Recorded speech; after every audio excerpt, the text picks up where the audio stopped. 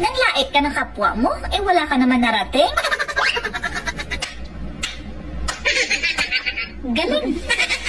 Magaling. Alam mo kung bakit hirap na hirap kang maging masaya dyan sa tagumpay ng iba? Kasi puno ka ng inggit dyan sa katawan.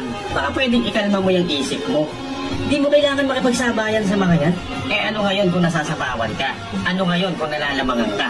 Bilangin mo yung blessings mo, huwag yung blessings ng iba. Itigil-tigil mo na yung pagiging toxic mo sa kapwa mo. Ang gawin mo, imbis na manghila ka pababa, mag-focus ka dyan sa buhay mo. Dahil katulad nila, siguradong meron ka rin namang ibubuga. Kapag likas na mabuti ang puso mo, kahit anong problema at pagsubok pang dumating sa'yo, gagawa at gagawa ang Diyos ng paraan para mapabuti at mapaganda ang buhay mo.